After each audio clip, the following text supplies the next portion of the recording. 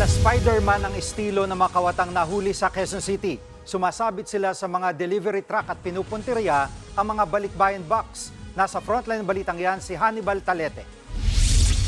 Kapit na kapit sa likod ng umaandar na closed van ang dalawang lalaking masapul sa CCTV sa Quezon City. Walang kamalay-malay ang driver na ninanakawan na pala ang sasakyang minamaneho niya. Hindi na nakunan sa CCTV ang aktwal na krimen. Pero huli na madiskubre ng driver ang pagnanakaw. So pagdating po nila sa lugar na pag-deliver nila, nalaman nila na wala na yung mga items na ng balikbayan box nila.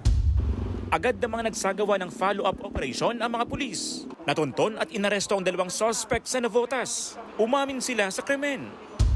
Dahil po sa pangailangan. Pangailangan para sa panggastos.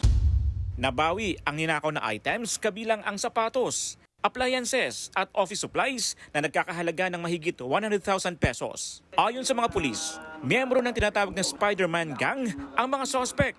Modus nila mag-abang ng delivery truck, saka sasampa at nanakawin ang mga laman nito. Ayon sa QCPD, dati nang nasangkot sa pagnanakaw ang mga suspect. Pero iniurong noon ng biktima ang reklamo kaya nakalaya sila. Ngayon naman, nakaharap sila sa reklamong theft at kasalukuyan ng nakakulong. Nagbabalita mula sa frontline, Hannibal Talete, News 5. Mga kapatid, Jiggy Manikad po, iba na ang may alam at may pakialam sa panahon ngayon.